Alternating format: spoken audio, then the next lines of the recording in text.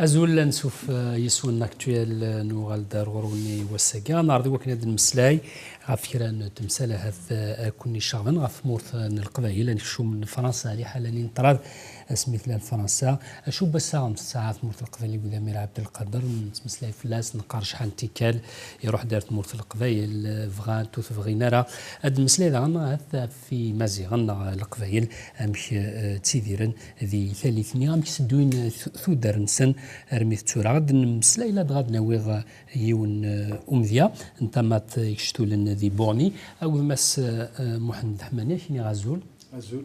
أو ذوم ذاكنا العاش Azul. Très bien, donc je vous avais déjà reçu il y a quelques mois, on a commencé justement à aborder l'arrivée de la France en Kabylie. Vous travaillez beaucoup sur Bourni, Ixtoulen, et aujourd'hui j'ai voulu qu'on aborde deux choses. D'abord, les Kabyles et l'émir Abdelkader. J'aimerais qu'on commence par ça. Parce qu'on entend parler souvent, les Kabyles ont accepté, n'ont pas accepté, sont partis même avec lui en Syrie. Qu'est-ce que vous pouvez nous dire par rapport à ça? Alors, l'émir Abdelkader a résisté jusqu'en 1947, c'est ça, en 1847. Et il a eu une période où il a essayé de soulever, pas de soulever parce que les Kabyles étaient déjà soulevés et faisaient la guerre aux Français depuis le début, c'est-à-dire 1830. En 1830, il y avait 20 000 Kabyles à Alger. C'est-à-dire, c'est un phénomène extraordinaire. Les Kabyles ne font pas la guerre à l'extérieur de leur territoire. Et donc, il y a une espèce de ce que Hugues Robert, c'est un sociologue, historien, je ne sais pas si vous connaissez, qui a travaillé sur la Kabylie et qui pense que les Kabyles ne sont capables de mener et de s'unir que s'il y a une menace sur la Oumma. C'est-à-dire s'il y a une portée, bien sûr. Moi je dirais sur le territoire, on peut discuter après. Oui, bien évidemment, mais c'est sa thèse. Mais c'est un peu plus nuancé, comme ça j'ai résumé brutalement. Il pense que la Kabylie a eu deux périodes où elle a pu s'unir. C'est donc l'arrivée des Français. Donc, les Kabyles étaient en conflit constant avec les Turcs, on en a parlé la dernière fois. Ils ont essayé de contrôler, les Turcs ont été extrêmement violents. Ils ont réussi à placer un certain nombre de personnes en périphérie pour contrôler la population, surtout donc pour extraire des revenus par l'impôt, etc. Et donc, l'émir Abdelkader, il a eu un émir, Mahieddin, je crois, qui s'appelait, de la région de Bouira, Al-Hamza, qui était le voir en lui disant, voilà, moi je veux bien être votre représentant en Kabylie du Durdura du Sud, et donc il l'a nommé comme ça, et l'émir Abdelkader lui-même est venu en 1800, la première fois, je pense qu'il est venu en 1832. 32, je n'ai pas les dates exactement. Il est venu, il a commis un acte que les Français ont mis vraiment en exergue, qu'ils ont mis vraiment il s'est attaqué aux Zouatna. Les Zouatna, c'est une tribu des Isères, la région des Isères, pour donner l'exemple. Parce que Mahieddin, donc, son khalif, ou son ara, ou son, je ne sais plus exactement quel, son représentant, n'avait pas réussi à faire payer les gens et à se faire obéir. Donc, l'émir Al-Qadir, il est venu en émir. Émir, c'est-à-dire représentant religieux, directeur de conscience, directeur militaire. La Oumma. Voilà. Là où il y a la notion de la Oumma chez... Voilà, il est venu donc en souverain musulman pour faire de l'ordre à la périphérie de la Kabylie et mettre en marche sous son drapeau les Kabyles. Les Zouatna, c'est une tribu particulière parce qu'elle est formée de Koulougli, de populations qui n'étaient ni kabyles ni arabes. Donc c'était des gens d'Alger qui avaient été expulsés d'Alger, donc il s'est installé là-dedans. Et donc il a recruté en Kabylie, du côté des Isères, de Iflissen, de Ixtoul. Il a recruté un certain nombre par Ben Salem, qui était son représentant, pas encore à ce moment-là, mais ce sera son représentant après. Il va attaquer les Ouatna et il va donner une leçon de puissance, de souverain.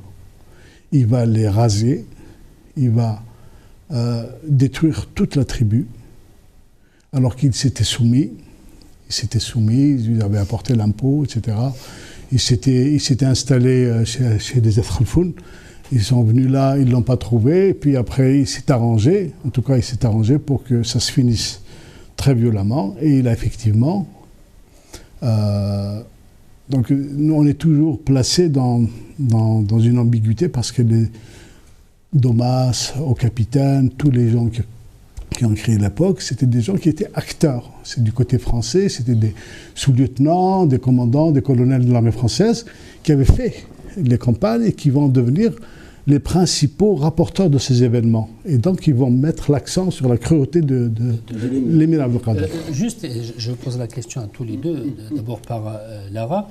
Est-ce que finalement, dès le départ, il n'y a pas une confrontation, je dirais, entre un émir, donc représentant de Dieu, de l'islam, qui vient dans une région qui, elle, peut être un peu laïque, régie par des normes démocratiques, d'après ce qu'on peut dire, Tejmat et tout. Est-ce que dès le départ, déjà, il n'y a pas une confrontation? Pas que dans le départ, parce que ce que vient d'évoquer Dahmani, il faut revenir 3 ans avant 1827. 1827, le rapport de la Kabylie à la Régence. Sachant que, moi, je dirais que la Régence a commencé à s'algérianiser, à s'autochtoniser, si vous voulez. Il y avait de plus en plus de gens natifs d'Algérie qui ont accédé à des postes de commandement. Et pour l'exemple, un des enfants de Yesser, donc né à Yesser, mort à Cap Genet et qui est devenu un amiral, Raïs Hamidou. Donc Raïs Hamidou, d'une famille de Yesser. Et cette situation-là, c'est très bizarre, on discutait tout à l'heure, c'est Yesser, c'est une lisière géopolitique, si vous voulez, qui délimite à peu près ceux qui sont berbères kabyles et ceux qui sont non berbères ou métissés, si vous voulez, hein, avec une approche que les téléspectateurs m'excusent, c'est pas une approche ethniciste, ni une approche, c'est une approche historique tout simplement. Et on constate que vers la Kabylie, à mon sens, hein, c'est plutôt, et on le retrouve, quelle que soit la région berbérophone très attachée, c'est la notion de territoire, la notion de l'arche, le rouge, la notion de territoire qui est fondatrice de l'identité et même du comportement. Le berbère, le kabyle ne peut défendre que son territoire. Chez les Chaouis, hein, de l'autre côté, tant que la guerre elle est là. Mais si elle s'approche, les citoyens... Alors, je vais faire une parenthèse. Juste, je termine. Par contre, en face de la Régence, et après la Régence, après la chute de la Régence, donc on est à 1832, c'est une autre façon de penser. C'est la Oumma, c'est la razzia, c'est la discipline, c'est l'impôt. Et donc, en réalité, en dehors de l'émir, en tant que personne, hein, il y a une confrontation dans deux mondes, parce que la Kabylie, ou même le Mzab à l'époque de la Régence, ou le monde chaoui à l'époque, ils n'étaient pas d'accord avec la Régence. Parce que la Régence fonctionnait sur la notion de la Oumma, la notion musulmane. Alors, parenthèse. Par rapport à ce qu'il disait tout à l'heure, on appartient à la Kabylie, on appartient à la terre. Oui. Ce n'est pas la terre qui nous appartient. C'est très important. On appartient à la terre, c'est ça. Ouais, on appartient à Kabylie, il est attaché foncièrement à la terre. À son pays, c'est son pays, voilà.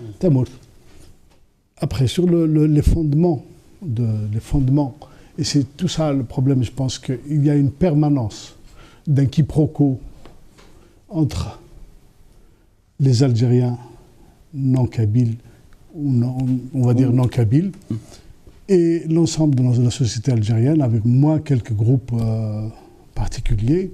Il y a un quiproquo sur la définition de la nation. Donc, au sens occidental, l'État-nation, la notion au sens moderne ou même traditionnel. tu dis que, par exemple, que la régence fonctionnait sur des critères de la Oumma, c'est l'exemple parfait. Parfait. C'est-à-dire qu'il y a des fondements dans le gouvernement du Khalifa qu'on retrouve tout le temps. C'est-à-dire, quand les Français ont pénétré l'Algérie et qu'il y a une très grosse défaite, il y a dans les populations une énorme déception. Et les ulama, les marabouts, etc., ils ont dit, c'est une façon de baisser les armes aussi, ils ont dit, et ça a été une permanence aussi dans le mouvement national, plus tard, ils ont dit, la colonisation a eu lieu parce que Dieu l'a voulu. Juste entre parenthèses, ce que vous décrivez là était valide jusqu'au congrès du peuple musulman de Bembadis et les communistes. C'est-à-dire que la notion de territoire, la notion du pays au sens que vous décrivez n'existe pas chez Non, on va d'abord sauver. Un autre, ça me fait penser au père de l'Église catholique, enfin l'Église chrétienne, Saint-Augustin. Saint-Augustin, il a eu la même réaction. Il a dit, vis-à-vis des invasions du Nord, des sauvages du Nord, il avait dit il faut sauver l'Église. Oui. Alors, juste pour qu'on questionner. C'est ce que j'étais en train de dire. J'étais en train de dire que c'est tous les différents, toutes les crises qu'on a décrites comme berbéristes, même Avril 80, dont on va parler très certainement, sont du même ressort. C'est-à-dire, il y a confrontation entre deux systèmes de valeurs totalement différents. Vous avez un système féodal d'un côté, ce n'est pas un jugement de valeur, c'est une donnée objective, scientifique, de terrain. Vous avez des populations qui sont organisées sur le modèle du calife, avec des principes de gouvernance non transparents, c'est-à-dire il y a la toute-puissance de quelqu'un qui décide pour tout le monde, et qui est l'émanation de Dieu. Et en face, vous avez des sociétés primitives, enfin des sociétés traditionnelles, non musulmanes d'une certaine manière, mais à leur manière, et qui avaient des systèmes de gouvernance et de valeurs. Et des valeurs qui étaient totalement différentes. Juste pour l'exemple, si vous me permettez, quand par exemple il y a une crise, même qui conduit à une chute d'un État ou d'un système politique, prenons le cas de la Régence. Tous les dirigeants de la Régence, quand la France a pris position à Alger, sont partis où? Valises et caisses, et ils ont quitté le pays. Parce qu'en réalité, ils n'ont pas d'attache. Quelle époque? Je parlais de l'émir Abdelkader. Avant l'émir Abdelkader. Je parlais de la régence d'Alger, Hassan Bey. Donc, il est parti en Égypte ou en Italie, il est parti, il a quitté le pays. Ce qui fonctionnait sur la notion du calife, l'Umma, tout ça, l'émir Abdelkader lui-même, sa chute, il est parti ailleurs. Voilà. Donc, mais ça, c'était un phénomène généralisé, Smahi. Que ce soit Ben Salem, que ce soit Belqasim Qassi, que ce soit Siljoudi, tous des responsables locaux de l'émir Abdelkader, puis pour certains des responsables nommés par les Français pour faire la police et la collecte des impôts. Des impôts et surveiller la population, ont tous eu comme objectif de partir en Orient. L'émir Abdelkader, quand il s'est rendu en 1947, il a dit « Moi, je veux mourir dans mon pays, en Syrie ». Et Boumediene l'a ramené plus tard, il l'a ramené dans son pays, son vrai pays. Donc, l'émir Abdelkader est parti en Orient avec 3000 personnes, toutes pensionnées par l'ambassade de France en Syrie, ou les représentants français. C'était pas des fonctionnaires, ils étaient pris en charge par la France. L'émir Abdelkader a fait une résistance de 14-15 ans, et puis à partir du moment où il a quitté la France, il a quitté l'Algérie, il est parti emprisonné en France, à Pau, dans un certain nombre d'endroits. Il a intégré complètement une mouvance intéressante aujourd'hui, parce que c'était une mouvance d'islam très ouverte. Il est devenu franc-maçon. Il a été décoré en France, la Légion d'honneur, je crois, un certain nombre de choses. Il faudrait voir ça de près. Et donc c'est quelqu'un, une fois qu'il a quitté la résistance, il a été tenu à résidence en France. Il ne pouvait pas aller en Orient, mais dès qu'il a pu partir en Orient, il est parti en Orient. Et ça, c'est un phénomène extrêmement important. Parce que son pays, c'est ses idées, c'est ses valeurs. Par contre, celui qui est en face, en Kabylie, son pays, c'est sa terre. Voilà, donc nous avons affaire. Semhi, je vais aller plus loin. Tu voulais donc des précisions. Nous avons affaire à un système, une fois de plus sans jugement de valeur. Vous avez un système où il y a une spécialisation de l'armée. C'est-à-dire vous avez un féodal qui a les moyens et qui va gouverner comme ça, c'est-à-dire avec un système de rente qu'il va changer, le système clientéliste. Il a toute la puissance possible et il va nourrir une armée et utiliser cette armée contre la population et contre des envahisseurs éventuels. Et en Kabylie, c'était une république de soldats paysans. De soldats. On était paysans, on était colporteurs, on était artisans, on était tout ce qu'on voulait. Et quand l'ennemi arrivait, on allait chercher le fusil, on faisait la guerre. Et c'était des municipalités républicaines. Il n'y avait pas de commandement constitué à un certain niveau. Il n'y avait pas de puissance suffisamment forte pour accumuler suffisamment de biens pour entretenir une armée nationale kabyle ou régionale. Donc chaque région, enfin chaque village se battait tout seul dans son coin vis-à-vis de... Juste un remarque sur le deuxième aspect, le fait que, je dirais peut-être des républiques territoriales ou communales, donc qui peut identifier facilement à des jama'a. Donc chaque village, il a sa république, ou de grands villages. C'est lié, à mon sens, moi, à la notion du morcellement du territoire. Parce que s'il y avait centralité, ne peut pas émerger. L'armée, c'est une centralité. L'État dans un coin, quel que soit le coin, c'est une centralité. Et tant que le territoire lui-même, la nature même, le statut du territoire, parce que est-ce qu'il y a la propriété? Imaginons, si on avait, par exemple, en Kabylie, un homme qui avait des milliers et des milliers d'hectares, tout le temps, il sera conduit à aller vers la constitution d'une centralité pour protéger son territoire. Donc c'est d'abord les conditions économiques qui vont déterminer, c'est-à-dire que c'est d'abord il faut que la société, historiquement, les sociétés qui ont eu des surplus alimentaires ont pu s'organiser. Il faut des gens qui ont un surplus, qui vont pouvoir... Pour nourrir cette armée qui travaille par la terre. Et en Kabylie, ce n'est pas quelque chose qui a été possible. Et justement, la thèse de Hugo Robert, il a raison dans un certain sens, le fait que les Kabyles d'Ed Abbas, de la Qala, qui étaient liés aux Hafsides de Tunis, et les Al-Qaïd, la région de Koukou, ce qu'on appelait le royaume de Koukou, étaient liés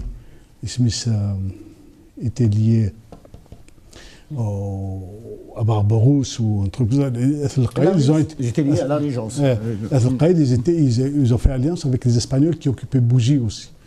Donc ces deux apports extérieurs ont permis à ces gens-là de constituer effectivement une armée. Et d'ailleurs, c'est toujours le même système qui fonctionne.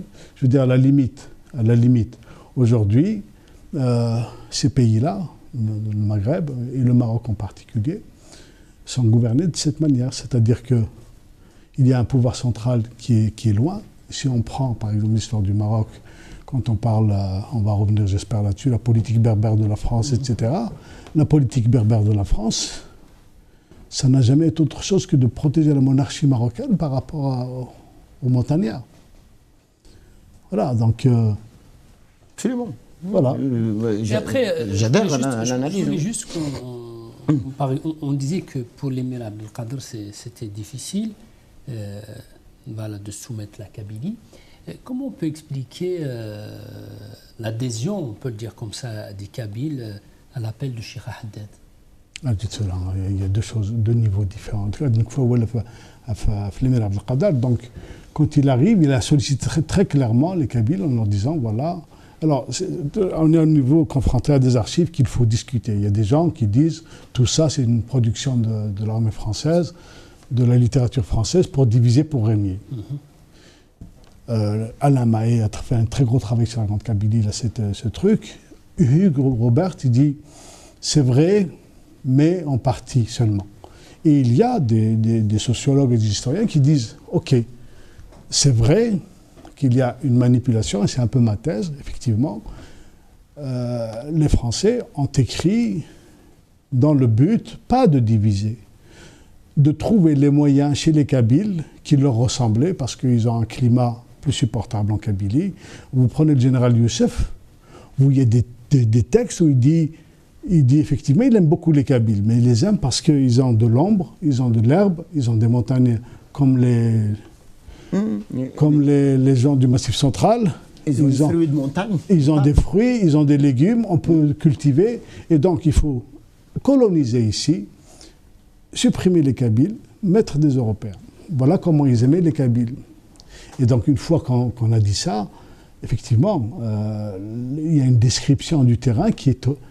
Je veux dire, nous, maintenant, on peut être autorisé à regarder les choses de façon objective. C'est-à-dire, effectivement, il y a une exploitation d'une réalité, mais la réalité, elle est là, elle est décrite. Et personne ne peut mettre en cause le fait que cette société kabyle était particulière. Elle avait une singularité parce qu'elle habitait des régions montagneuses, parce qu'elle avait une résistance particulière, parce qu'elle était crainte.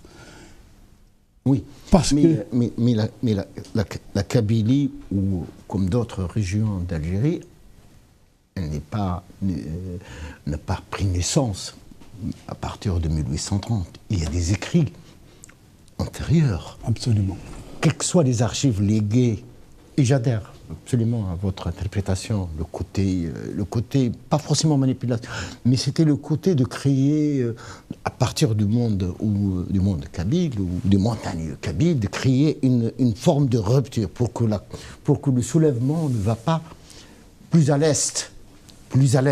Donc si, en quelque sorte, l'armée française, la France conquérante, gagne la Kabylie, elle peut domestiquer l'Afrique du Nord. Oui, ça devenait même un leitmotiv. C'est-à-dire qu'à un moment, à Paris, par exemple, on ne voulait pas conquérir la Kabylie, et la Kabylie aurait pu être indépendante à ce moment-là, parce qu'il y avait une position très claire en disant vous faites votre commerce, on vous laisse tranquille, mais vous nous laissez coloniser l'Algérie. C'est une période, il y a des textes de Bugeaud, des adresses. Bugeaud, quand il faisait une campagne, il adressait des rendants aussi, il faisait des messages comme ça, qu'il faisait lire un peu partout par ses caïds, où il disait aux Kabyles, restez chez vous, ne vous mêlez pas de ce qui se passe en Afrique. Ailleurs.